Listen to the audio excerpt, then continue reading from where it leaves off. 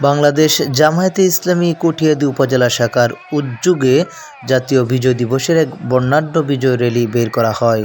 Katiadi pilot উচ্চ বালিকা বিদ্যালয় মাঠ থেকে শুরু হয়ে কটিয়াদী সদরের প্রধান সড়কগুলো প্রদক্ষিণ করে কটিয়াদী বাসস্ট্যান্ডের গোল চত্বরে সমাবেশের মাধ্যমে শেষ হয়।